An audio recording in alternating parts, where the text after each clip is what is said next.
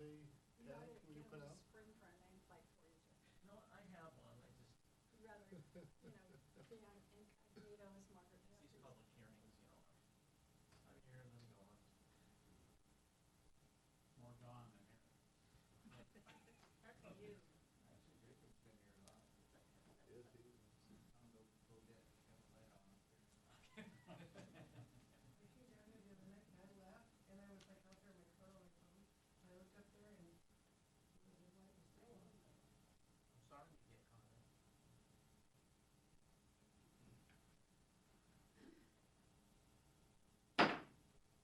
Good evening.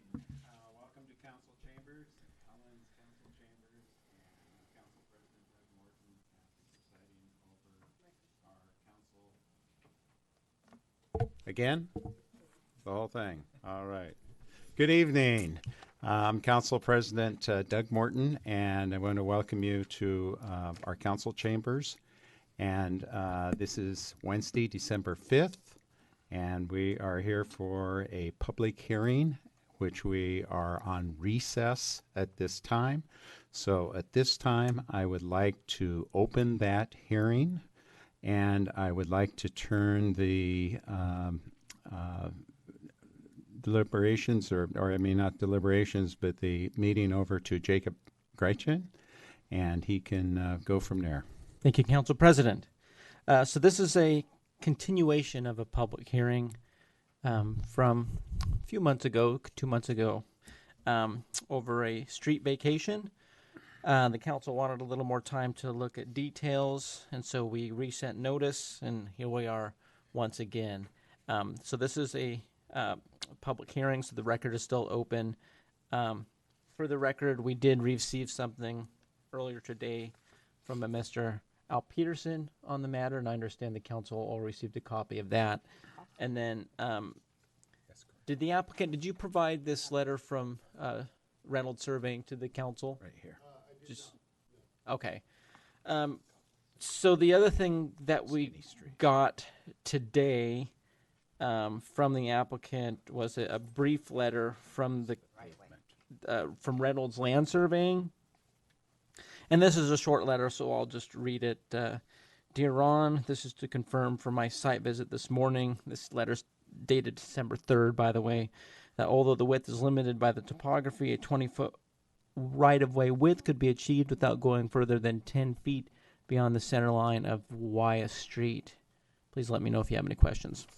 So we have a little bit of new stuff in the record from before, not too much.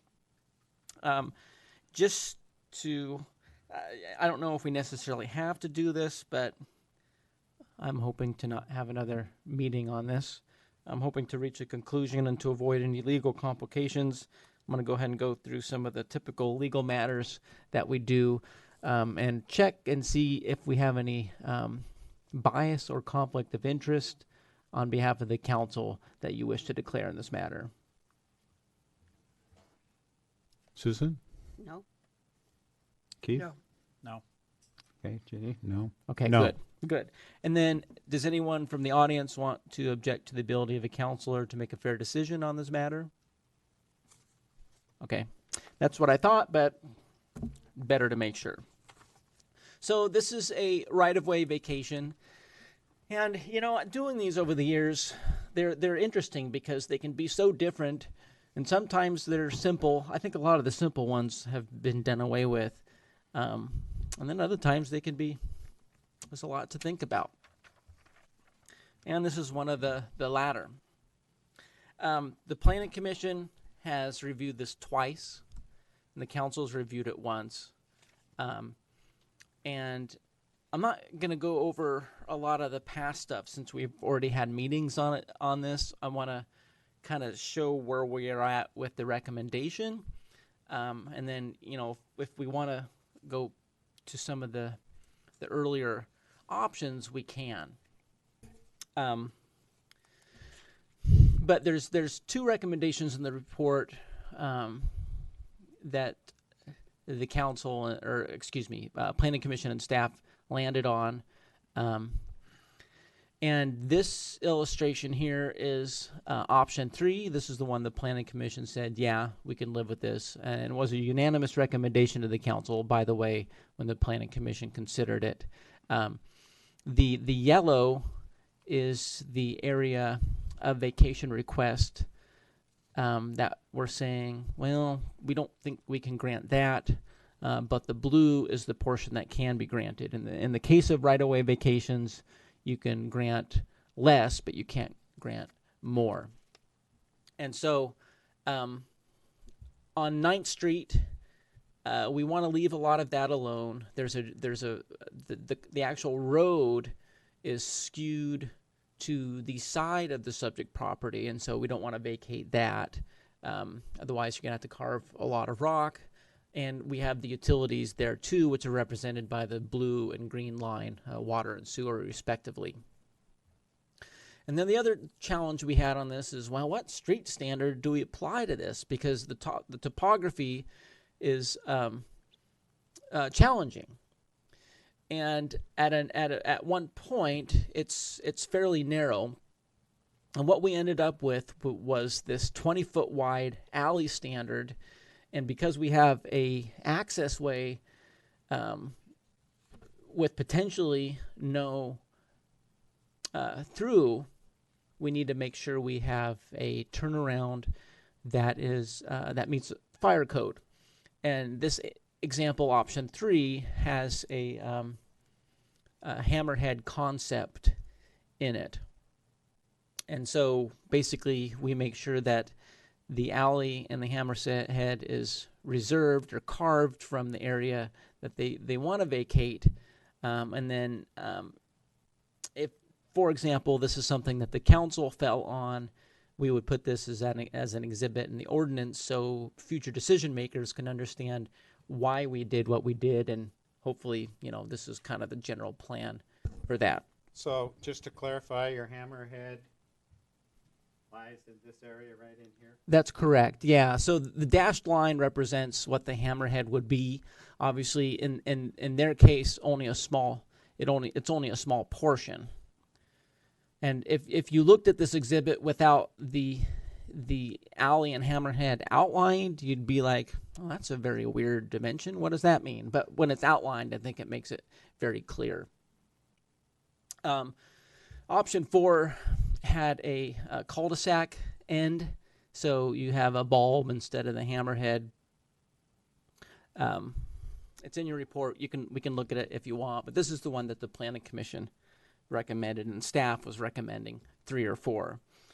So the caveats to the recommendation, and these are mostly in the staff report, would be so allow the vacation in part, as illustrated, and this would require the applicant to work with the surveyor and city staff to ensure the alley and hammerhead are located on usable ground, because this is the city's topographic data. Basically, we want to confirm that it's accurate and make any adjustments accordingly. And then we also need the surveyor to develop the legal descriptions, because there's some radii we need in the corners and things like that. And it's a little more of a complex legal description than we're comfortable developing. An exhibit that we would use in the ordinance.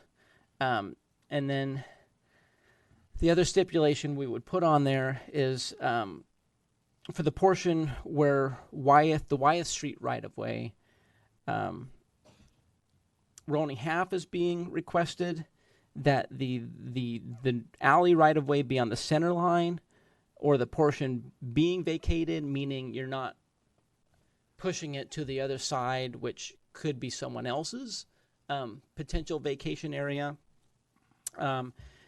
and that the legal description and exhibit from the surveyor be provided within a year. So this ordinance would come later. We would want some information to affirm some things, and we have done that before. It's not terribly common, but we had a vacation several years ago where we wanted to make sure the water meter was relocated. And so what happened is we made the decision, we sent them a letter saying, okay, this is what we need to be done within this time frame for us to be able to approve the ordinance. The other stipulation that I think is a good idea that's not written in the report is that the city reserves the right to revisit the decision if the actual topography or other information shows us something different. I don't think it will. This topo information we have is pretty good, and when you're out there walking around, it makes sense. But if we're surprised by something, we want to reserve the right to go, oh, God, we got to go back.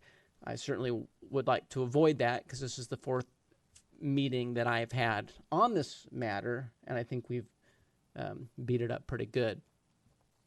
So that's where we're at. This is the public meeting, and so we do have an opportunity for testimony. I don't know if the council has any questions before we I had open that questions for clarity. Sure. Go ahead. Okay. If I remember right, because as I've been in all the hearings as Jacob has, this was the best to facilitate and to smooth access to other property owners within the vicinity, correct? Yes, there's so if Because that, I mean, when we do street vacations, of course we do it to, for the greater good. And the greater good means to facilitate further development. So I want to make sure we picked out the one that allows the other property owners, should the streets, if this area was flat and we built streets, everybody would want to build. So if we're going to put any street up there, we want to make sure we're not blocking somebody else's ability to use their land. Yeah, and so what we kind of talked about in the report was we wanted to make sure that the property to the Toward 8th East. Street, um, 8th and Wyeth. yeah, to the east of Wyeth is not landlocked. Right. And the hammerhead or the cul-de-sac would provide, there would still be right of way to get to there. So someone could argue, well, 20 feet, a 20-foot wide access way is not terribly wide, and that could restrict your potential density. But the topography already does that. And so I don't think we're necessarily making it worse. And one potential counter argument is if this helps facilitate development, it means the improved access way gets closer to those properties, which may help them out in the future.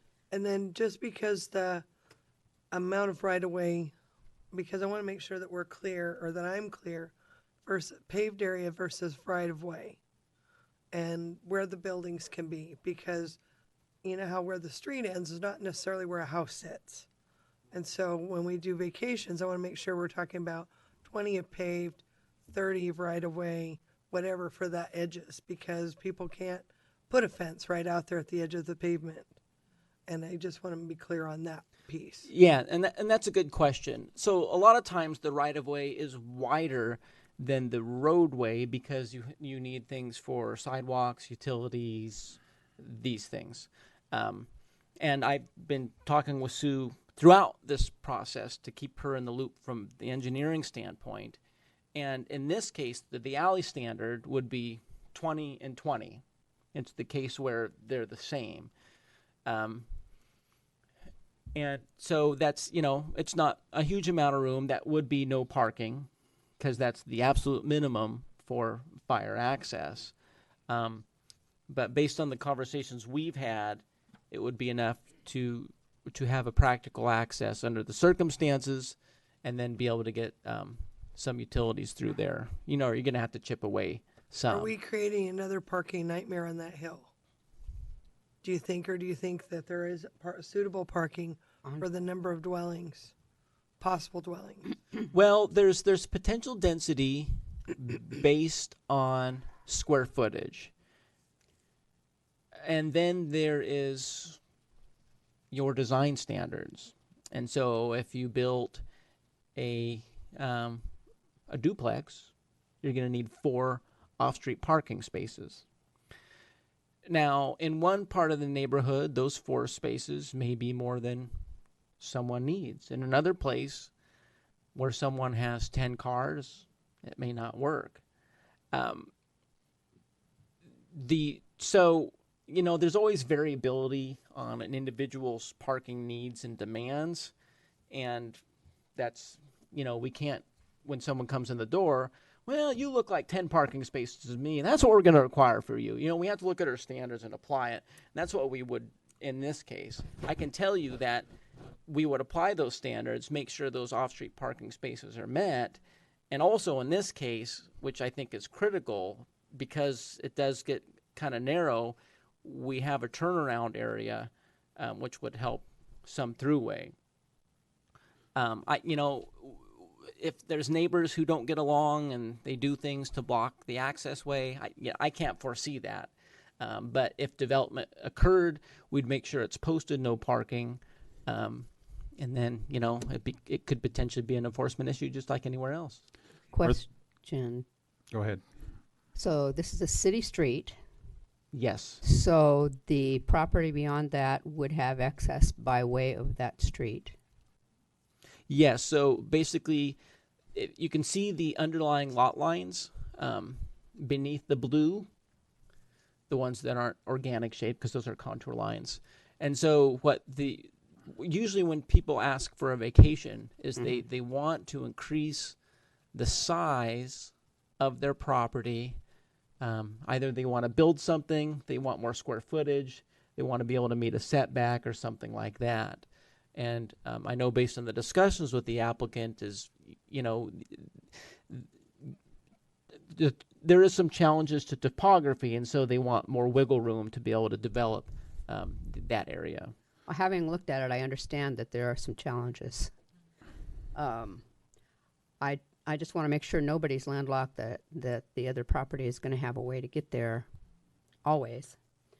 Also, that there's enough right-of-way for sewer and everything that the city wants to do, yeah, and that the fire district was consulted.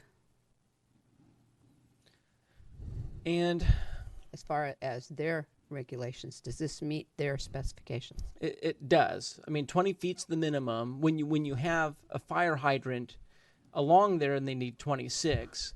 But in our discussions with the fire chief, there's flexibility on their case because they can always sprinkle. But we would never go less than 20 because that's the minimum that they need for fire apparatus access. Because I generally am not fond of street vacations, but having seen this property, I don't see another way to utilize it. So I understand the request. So I have a question about process, Sure. and that deals with, I think you and I talked briefly about it, but there's 9th Street is a gravel street. It's paved and gravel. Yes. And on that map, where does the gravel start as it goes up the hill?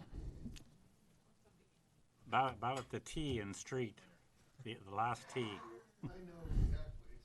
Yeah. Thank you. I think Keith's about right. Okay.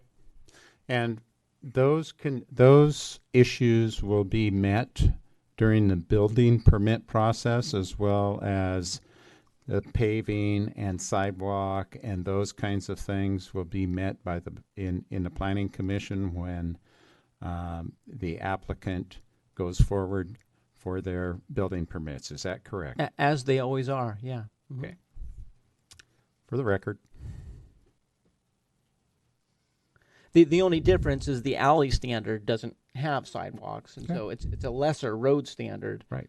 But 9th Street, would. It would, in this case, we would probably use the fee in lieu of, not actual sidewalk construction, but that's an option that we have in the code. Yeah, that's good. And Well, paving. thanks for clarifying that, because that'd be a planning commission issue later on. Yeah, this doesn't exempt any of those development standards. Got it. Basically, it gives them a larger envelope in which to use the lots. Thank you. Sure. Okay, so this is probably a good time to see if we have anybody who wants to speak. We'll start with people in favor. Well, I guess we want to start with the applicant. If you have any new stuff you want to talk about. Well, a couple things. Rick Scholl, 555 North 10th. So a new thing that we did try to get it surveyed. We wanted to get that 20-foot roadway surveyed and get I understand the corners have to be wider than 20 foot because of the standard, but we are in contact with Dave Reynolds and are not going to wait the year to have it surveyed and have the road descriptive. It's going to be almost, if approved, almost immediately as soon as we can get him up there. So that's why we only have a letter. He is swamped and could not do that for us. And those, the string coming down the middle of the road is correct. We did have 6 or 7 survey points put up there already by Dave Reynolds. So those are accurate and true. Just so you guys know that string is exactly down the middle of the road. So that's it. Thank you. Name for the record? Ron Schlumperger. I just want to reiterate what Susan was asking about, that we are not blocking. I just wanted to reiterate what Susan was talking about, that we are not blocking any senior center property up there, because the way it was published in the paper, it really put a bad name, to us, that we're preventing other properties from developing. We're actually enhancing that area and taking a piece of property that is really tough as far as topography, rock, and by doing this, it allows us flexibility for the footprint of the house to be brought back further from the bank. And I think that's when we were getting signatures. That was one of the requests that the neighbor property owners wanted, that the house wasn't built right on the edge of the property bank. Thank you. Okay, well, let's see if we have any public testimony, and we always start with those in favor. I guess raise your hand if anybody wants to talk. If nobody wants to talk, there's no sense in going through. Okay, we do have someone. Come on up. Come on up. Come on up. Name for a record, please.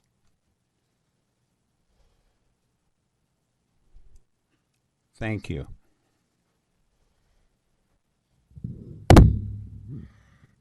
I'm Dave Belden. When they vacate them street, are your setbacks for your building the same as they are now? Or do the setbacks for the building go along with the vacating the street? The standards apply. The standards are still the same. What changes is where you start from measuring that standard. So, for example, the typical front yard is 20 feet. But what the vacation does is if the right-of-way line is here and you get it vacated and then it moves here, that becomes your start point for measuring the yard. And you say we still got a 20-foot right-of-way through there. Where that dog leg comes in there, you got Wyatt Street. Looks like it's going to be, when you start out there off of 9th, it looks like that should about 30 feet. And when you get to the end of Wyatt Street there, it looks like you don't have anything. I'd like to know where. You're talking about here. I'm talking about go down Wyatt, Doug. Oh, down Wyatt. Right here. Right Because the there. yellow gets skinny. Yeah, let me.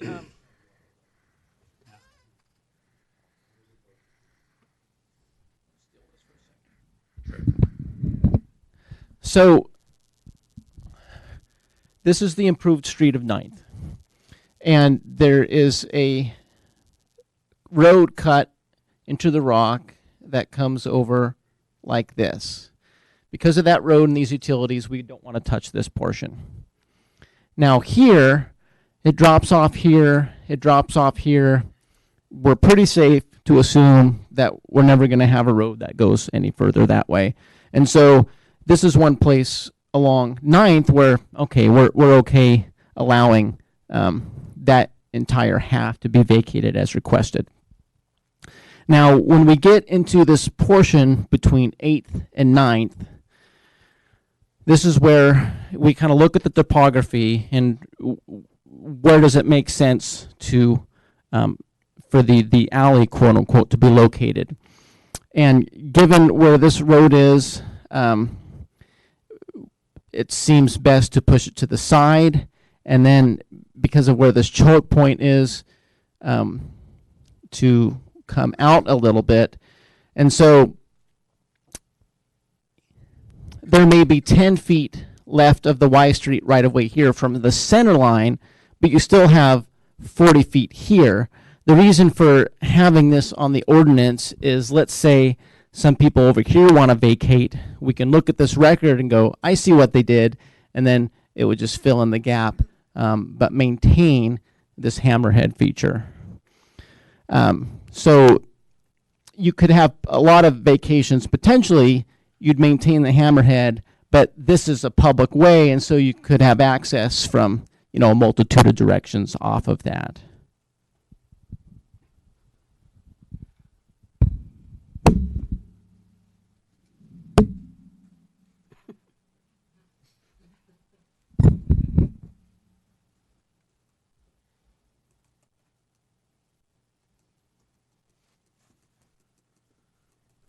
Anybody else?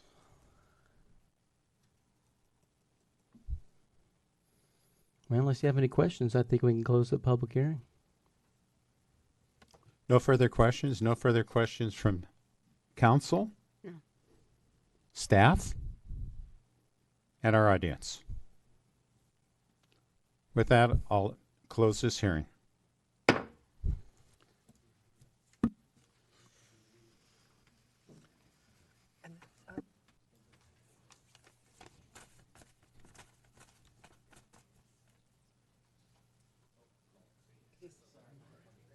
Mr. Mayor, check out the timing. I know.